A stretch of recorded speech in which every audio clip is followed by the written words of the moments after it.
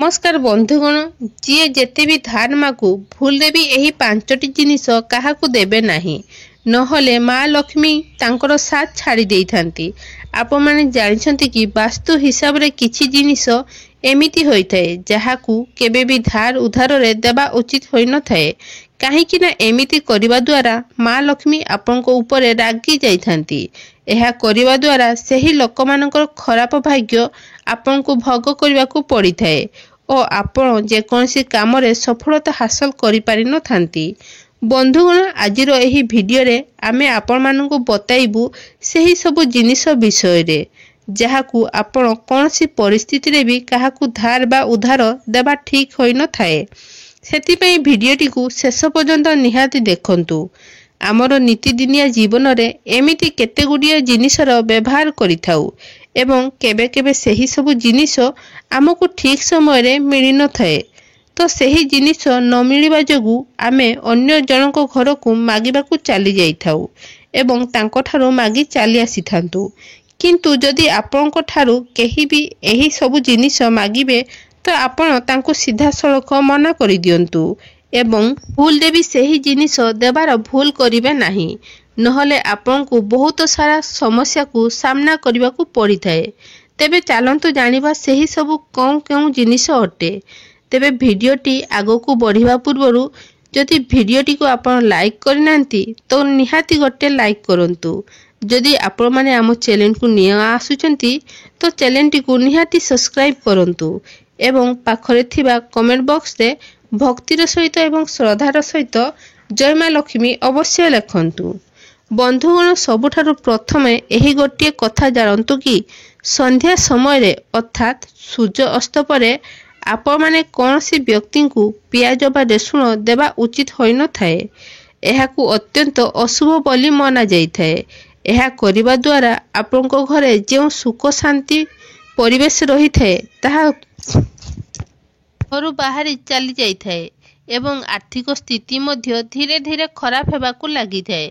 सेतिपई सूर्य अस्त परे आपनको जदि केही आपनको घर को आसी पियाज बा रसुण मागुछंती तो तांको सीधा सीधा आपण मना करि दियंतु एवं एहाकू देबार भूल जमा भी करिवे नाही नहले आपनको एहार खराब प्रभाव भोग करबाकू पड़ी पारिबो।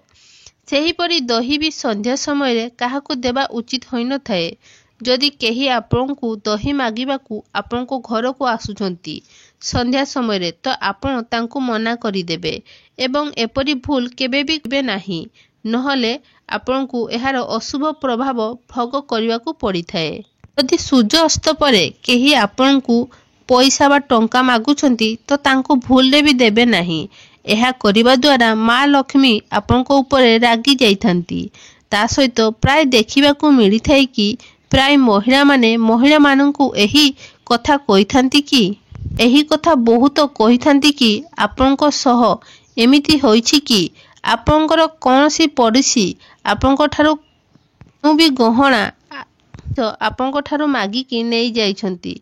धरा जो सेमाने कोठी गोटे बाहागर को जिबार अछि तो सुना को धार बा उधार रे किछि दिन पई बा किछि समय पई मागी कि नहीं थांती तो एहा वास्तु हिसाब रे एहा अशुभ होई थाए।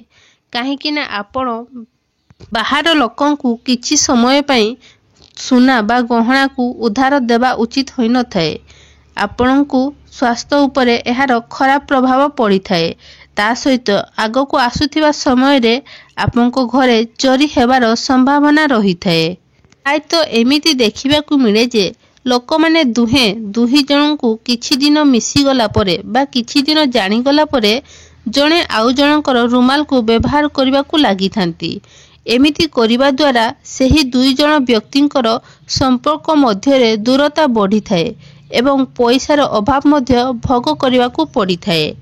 जदि सूर्य अस्त परे केही आपनको घर को लुण मागिबाकू आसुचंती तो तांकू आपण मना करि देबे।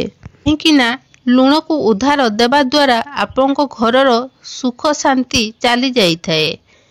घड़ी बा घंटा विषय रे कहा जाय कि घंटा को पिंधिथिबा लोक उपरे खराब और भल प्रभाव दुईटी प्रभाव पका जाई थाए। जदि आपनको ठारू केही घड़ी नेकी पिंधि थाए तो ସେହି ବ୍ୟକ୍ତିର ପ୍ରଭାବ ବି ଆପଣଙ୍କ ଉପରେ ପଡ଼ିଥାଏ। ପ୍ରକୃତରେ ଯେତେବେଳେ ବି ସେହି ବ୍ୟକ୍ତି ଘଡ଼ି ବା ଘଣ୍ଟା ପିନ୍ଧିଥାଏ ତ ସେହି ବ୍ୟକ୍ତିର ନକାରାତ୍ମକ ଊର୍ଜା ହଉ ବା ସକାରାତ୍ମକ ଊର୍ଜା ସେହି ଊର୍ଜା ଘଡ଼ି ଉପରେ ପ୍ରଭାବ ପକାଇଥାଏ ଏବଂ ଯେତେବେଳେ ସେହି ବ୍ୟକ୍ତି ଆପଣଙ୍କର ଘଡ଼ିକୁ ଫେରାଇ ଦେଇଥାଏ ଏବଂ ଆପଣ ତାହାକୁ କିଛି ଦିନ ପରେ ବା କିଛି ସମୟ ପରେ ପିନ୍ଧିଥାନ୍ତି ତ ସେହି ଘଡ଼ିର ପ୍ରଭାବ ଆପଣଙ୍କ ଉପରେ ପଡ଼ିଥାଏ ଓ ସେହି ବ୍ୟକ୍ତିର ଖରାପ ଭାଗ୍ୟ ପ୍ରଭାବ ବି ଆପଣଙ୍କ ଉପରେ ପଡ଼ିଥାଏ। ସେଥିପାଇଁ ଘଡ଼ି ବା ଘଣ୍ଟାକୁ କାହାକୁ ଦେବାର ଭୁଲ କରନ୍ତୁ ନାହିଁ ବା ଭୁଲରେ ବି ଘଣ୍ଟା ବା ଘଡ଼ି କାହାକୁ ଦିଅନ୍ତୁ ନାହିଁ।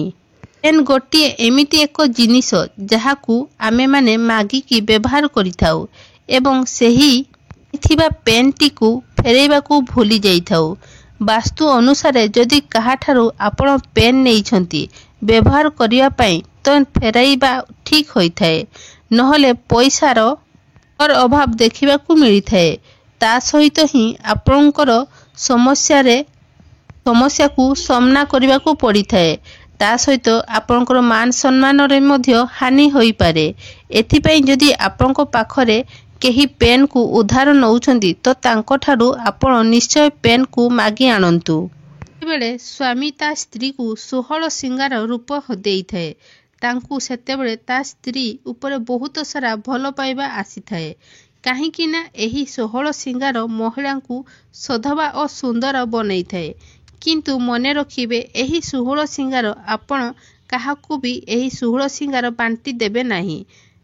ଏହି 16 ସିଙ୍ଗାର ଆପଣ ବାଣ୍ଟି ଦେଇଥାନ୍ତି ତ ଆପଣଙ୍କର ସ୍ୱାମୀଙ୍କର ଭଲ ପାଇବା ସେହି ମହିଳାଙ୍କ ସହିତ ବାଣ୍ଟି ହୋଇଯାଇଥାଏ। ଆପଣଙ୍କର ସ୍ୱାମୀ ସ୍ତ୍ରୀଙ୍କ ମଧ୍ୟରେ ଝଗଡ଼ା ହେବାର ଆରମ୍ଭ ହୋଇଯାଇଥାଏ।